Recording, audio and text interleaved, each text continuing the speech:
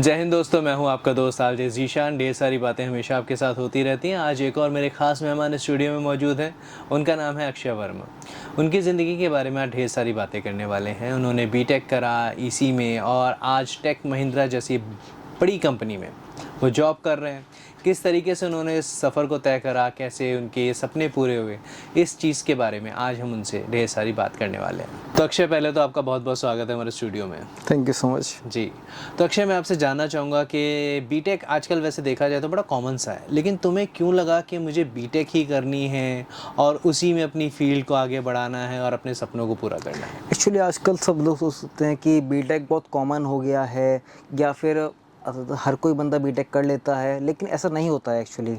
BTech एक बहुत professional course है जिसके बारे में ना बहुत कम लोगों को प्रोफेशनली पता होता है।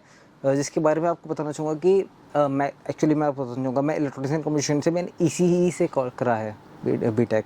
एंड देन इसके बारे में आपको बताना चाहूँगा कि एनएएस कोर्सेज, सीएमएस कोर्सेज बहुत सारे हो जाते हैं। तो इसके बारे में एक्चुअली इसके बारे में आपको काफ़ी डीप में जाना होता है।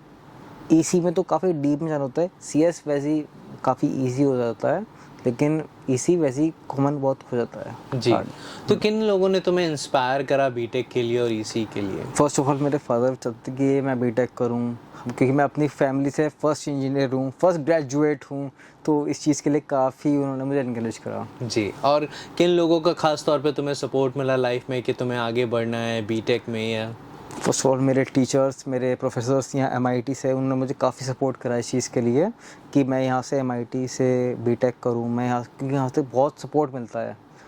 कोई भी एवरेज स्टूडेंट भी आता है ना यहाँ पर, उसको काफ़ी सपोर्ट मिलेगा इस चीज़ के लिए कि वो यहाँ से बीटेक करे, चाहे वो सीएस से करे, चाहे वो ईसी से करे, मैकेनिकल से करे, सिविल से करे, लेकिन पूरा सपोर्ट मिलता है एवरेज स्टूडेंट को। और ये नहीं है कि आप बिल्कुल एवरेज स्टूडेंट हैं या फिर आप कैसे भी हैं पढ़ाई करने में, तो उसको ऐसा लगेगा कि फ़र्स्ट टाइम आ रहा हूँ, मैं बीटेक कर रहा हूँ, तो उसको मैथ्स या फिज़िक्स, केमिस्ट्री, क्योंकि फ़र्स्ट सेमेस्टर आपका बहुत हार्ड रहता है फर्स्ट ऑफ ऑल, तो देन उसको लगता है कि मैं कर पाऊँगा या नहीं। लेकिन क्या क्या प्रोफेसर्स आपको इतना इनकरेज कर देते हैं, आपका माइंडसेट इतना अच्छा बना देते हैं कि आपको लगता है कि आपके लिए कुछ भी मुश्किल नहीं है, आप कर सकते हो वो चीज़। तो आपका जो एक स्टैंडर्ड लेवल है वो बढ़ता है, और वो चीज़ के लिए एक प्रोफेसर ही आपको इनकरेज कर सकता है।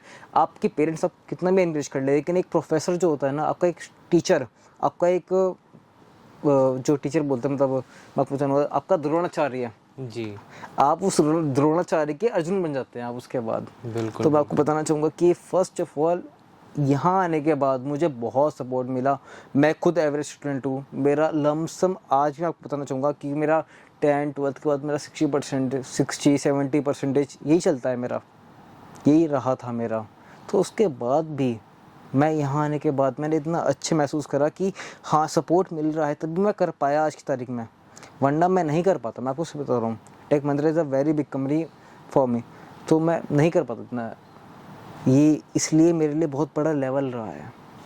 तो जब टेक महिंद्रा में तुम्हारा सिलेक्शन हो रहा था, सिलेक्शन प्रोसेस था, तो किन किन बातों का तुमने खास तौर पे ध्यान रखा? जो first of all sir, communication. यहाँ के टीचर्स ने, के प्रोफेसर ने मेरा कम्युनिकेशन इतना स्ट्रॉन्ग करा है जिसके लिए मैं खुद भी नहीं कर पाता। मेरा इतना कम्युनिकेशन लेवल अच्छा हो गया कि मैं आज के टाइम में मैं साथ में हर लेवल पे, हर स्ट्रॉन्ग लेवल पे आपके बात कर सकता हूँ।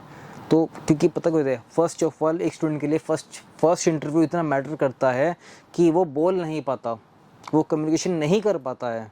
यहाँ के प्रोफेसर्स, यहाँ के टीचर्स आपको इतना इनकरेज करते हैं, आपसे इतना बात करते हैं, mind to mind level, deep to deep level, कि आप बात कर सकते हो, आप सामने वाले के सामने अपनी बात रख सकते हो। इतना आपके अंदर इतना पोटेंशियल आ जाता है, उसके बावजूद भी आप अपनी बात रखते हो, तो आपको थोड़ा सा लगता है कि हाँ, आपके अंदर थोड़ा सा दम है। जी सर, बिल्कुल सही बात है। और देखिए, ये ज़रूरी भी है, जब हम कोई काम करने जाते हैं और उसमें आगे बढ़ना चाहते हैं, तो कम्युनिकेशन लेवल जो होता है ना, बड़ा अच्छा रहना बहुत चाहिए। मैंडेटरी है ये। बिल्कुल बिल्कुल। कंपनीज में मैं जाता हूँ, मैं देखता हूँ, तो आते हैं फ्रेशर लेवल से भी बंदे आते हैं। मैं खुद देखता हूँ कि मेरे अब जो कुछ टाइम बाद मेरे अंडर लेवल पे बंदे आएंगे, तो उनके सबसे बड़ी प्रॉब्लम यही है कि वे कम्युनिकेट नहीं कर पाते हैं। थोड़ी प्रॉब्लम यही होती है कि वे डरते हैं बोलने से पहले। तो उन्हें डर लगता है, वो डर यहाँ निकलता है एमआईटी में। बिल्कुल। ये यहाँ के प्रोफेसर डर निकालते हैं आपका, यही सबसे बड़ी अच्छी बात है यहाँ की। बिल्कुल। और वैसे देखा जाए तो ज़्यादातर जो ब्रेकअप होते हैं ना वो भी कम्युनिकेशन की वजह से हो जाते हैं कि जहाँ पर ये कम्युनिकेशन लेवल नहीं हो पाता रिलेशनशिप में, वो भी बहुत सारी प्रॉब्लम्स आ मैंने जाती सब फेस करा है यहाँ पर, सब कुछ हुआ है मेरे साथ में। हैं। जी जी जी बिल्कुल। और ये स्टूडेंट लाइफ जो होती है ना वो इसीलिए होती है, वहाँ पर आप सारा अपने आप को बेटर ग्रूम कर पाते हैं, आपके जो टीचर्स होते हैं वो आपको सपोर्ट करते हैं, वो सारी चीज़ें आपको मिलती हैं जो आप चाहते हैं। बिल्कुल सही बात है।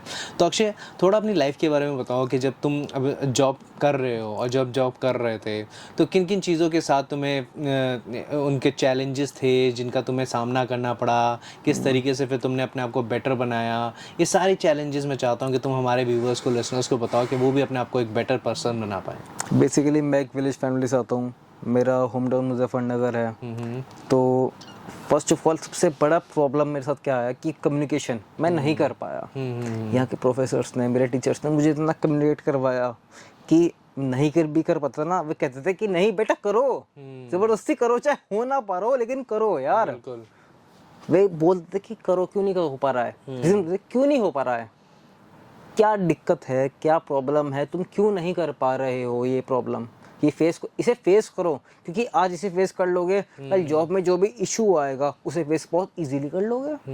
और वो चीज़ मेरे साथ में हुई है, मैंने यहाँ पे फेस करा, बहुत इजीली कर लिया, क्योंकि मुझे पता था कि यहाँ पे तो मेरे टीचर्स हैं, यहाँ मेरे से कोई इंसल्ट नहीं होगा मेरा यहाँ बोलने में। सही बात। वहाँ मेरे साथ होता था भाई बहुत बंदे हैं वहाँ पर, बहुत एसोसिएट्स हैं, बहुत एम्प्लॉयज़ हैं वहाँ। मुझे लगता था कि हाँ अगर मैं कोई गलत बात बोल गया इंटरव्यूज़ के सामने, या फिर जो भी मेरे सामने इंटरव्यू ले रहा है मेरा सीनियर लेवल पे, तो डर लगता है हर बंदे को, फर्स्ट टाइम में हर बंदे को लगता है। बिल्कुल। मुझे भी लगा, मुझे बहुत ज़्यादा लगा, बल्कि मेरा तो सबसे बड़ा इंटरेक्शन प्रॉब्लम ही यही था कि मैं बोल नहीं पाता था।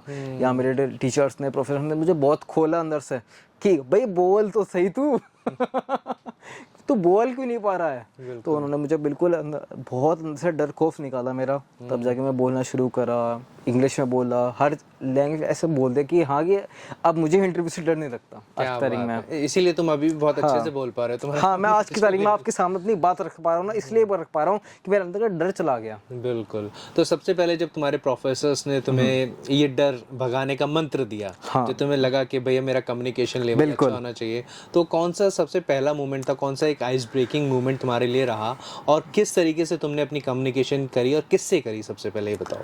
फर्स्ट ऑफ ऑल तो मेरे पर्सनल मेरे टीचर रहे हैं तो अश्विनी सर, तो मैंने उनके पर उन्होंने तो मेरा ऐसा डर खौफ निकाला था ना, जबरदस्ती निकाला कि अल्लाह भैया बोल तो दे एक बार, तो बहुत सही, जो होगा देखी जाएगी, अच्छा बोलेगा बुरा बोलेगा, ये तो बुरा ही तो बोलेगा ना, मैक्स टू मैक्स बुरा ही तो बोलेगा, तू खराब बोलेगा, कोई दिक्कत नहीं है, हम सुनने वाले बैठे हैं यहाँ पर, जज तो करने के नहीं, क्योंकि यहाँ तो यहाँ की बात है, बिल्कुल हमारे कॉलेज की बात है।